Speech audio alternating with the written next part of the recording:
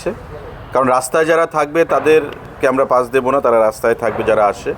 তো আস্তাবল মাঠের যা ক্যাপাসিটি টোটাল ধরুন আমাদের প্রায় 40,000-এর উপর পাস আমরা প্রিন্ট করেছি।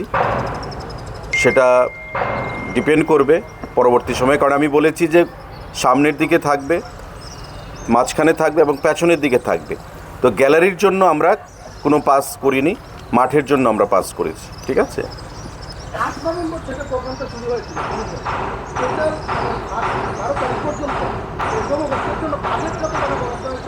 বাজেট যা আছে আমাদের বাজেটের উইদিন দ্য বাজেট অনলি। কারণ এত বড় কর্মসূচি আমরা দেখেছি মিডিয়ার মধ্যে অনেক সময় অনেকজন ফেসবুকে বা সোশ্যাল মিডিয়াতে অনেকে অনেক কথা বলছেন, তো বাজেটের বিষয়টা এখনও আসবে না, it is within the budget only.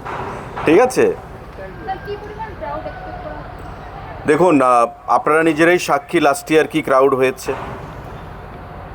IG সেদিনও আইজি ল অ্যান্ড অর্ডার মানে ডিআইজি ছিলেন, এবং যে ক্রাউড হয়েছিল আমাদের মধ্যে একটা ভীতির সঞ্চার হয়েছিল শেষের দিকে শ্রেয়া ঘোষাল নাইটে কনসার্টে।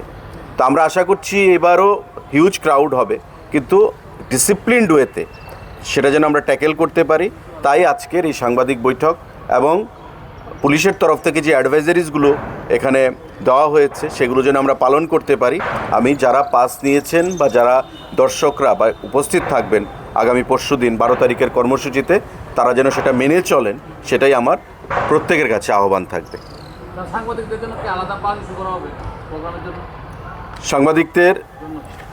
সাংবাদিক বন্ধুরা তাদের তো একটা এনক্লোজার থাকবেই বরাবরের মতো।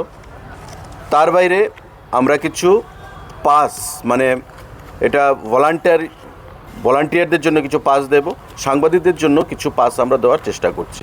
কিন্তু আপনাদের জন্য একটা কিন্তু এনক্লোজার রয়েছে, আপনারা জানেন সেটা, বরাবরই কর্মসূচিতে আপনাদের এনক্লোজার রয়েছে। তার বাইরেও কিছু পাস দেওয়া যায় কি না আমরা দেখছি। ঠিক আছে।